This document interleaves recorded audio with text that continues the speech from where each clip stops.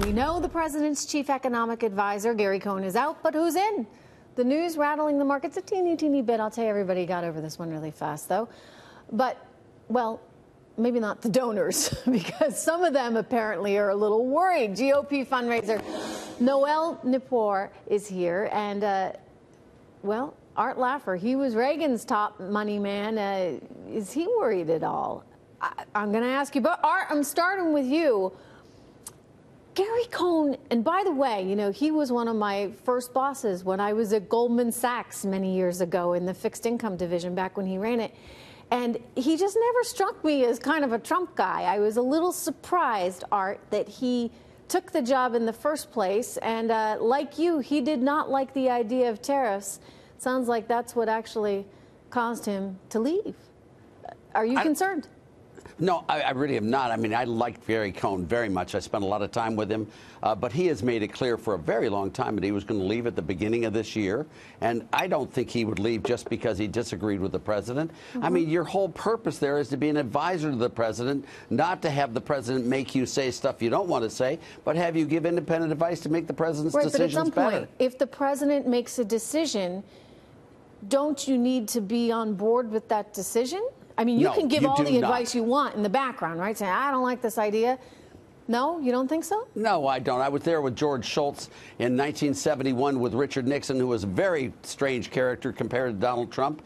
We had wage and price controls, devaluation of the dollar, import surcharges, all that. George Shultz disagreed with almost all of that, but we always stayed loyal as advisors as long as he listened carefully. And George was the best person I've ever seen this, and I don't remember him ever even threatening to resign if Nixon didn't keep up with him. So this was kind of a lame move on Gary Cohn's part, in your view? No, I think he had planned doing this all the time, and this is just his time came. That's what I heard. And I talked to one senator who had spent a lot of time with Gary, very close with Gary. He said he told him 10 days ago that he was going to leave in the next 3 or 4 weeks.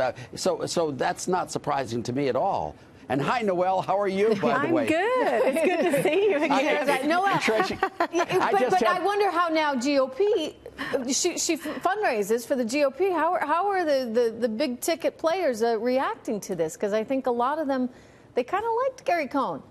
They did like Gary Cohn. I think that that was their link to the administration, that they felt, you know, had economic good common sense. But with that said, there are two things going on that I think are very interesting. I have talked to about 12 of my donors, and they're divided. This has really been strange because there are 6 of them that think that, you know, they think the tariffs, that the market is going to spin out of control. This is absolutely one of the worst things that they have seen.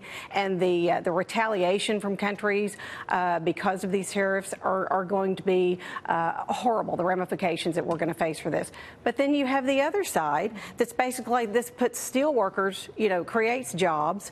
This is fabulous because it makes Trump make good on one of his promises, which he says, make America great by making the steel industry great.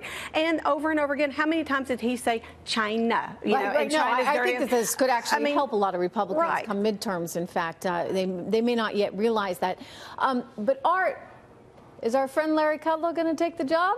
I hope so. Boy, do I hope so. Isn't he the best ever? I know how much you like him, Trish, and I just, he's one of my best friends ever, and I've known him for 30 years, and he would be just perfect. And by the way, Trish, in his case, well, but you don't have to like tariffs to take a job with Donald Trump.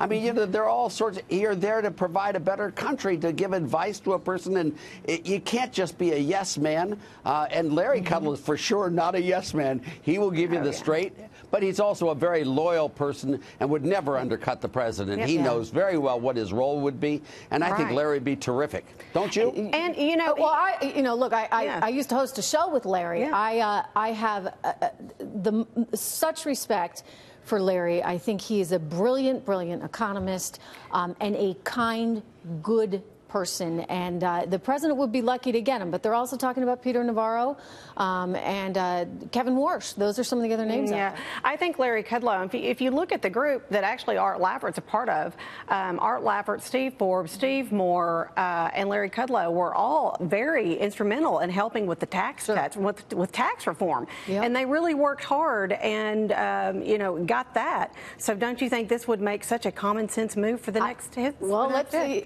Would he take it? I think so. Yeah, to you, Art. Would he take it? I think Larry would take it in a heartbeat. Okay. Anything he could do to make the country better, I think Larry would do. Yes. Yep. All right, indeed. Well, we will be watching, and our best to him. Thank you so much. It's good to see both of you. It's so much fun being on with the two of you together. Golly gee, I got a double surprise today. Thank you for getting Noel, Trish. Yes. Thank you, Noel, thanks. for being here, and thank you, Art, always. Thank you.